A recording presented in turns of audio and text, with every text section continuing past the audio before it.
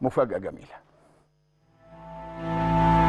القصة بدأت بطفل عنده حلم أكبر بكتير من اللي هو كان متخيله، وبسرعة الحلم ده اتحقق ولقى نفسه في حضن بيت كبير كبر جواه ونور فيه. يلعب كرة عرضية، استلام، فرصة جول جول جول!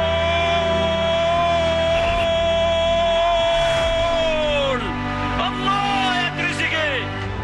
وزي أي بيت جه اليوم اللي الابن كبر فيه وخرج يكمل طريقه، راح عالم مختلف تماما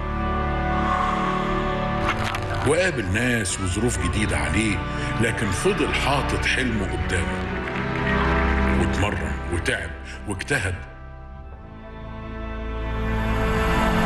ونور أكتر وأكتر زي ما كان منور في بيته.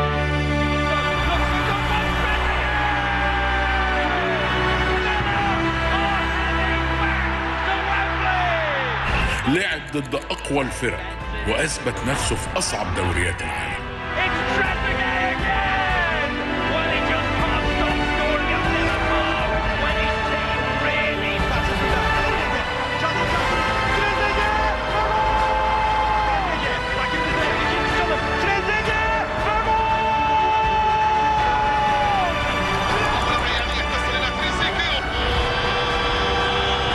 وتلف الأيام ولما بيته احتاجه من تاني، الابن ده قرر يسيب كل حاجة ويرجع بيته.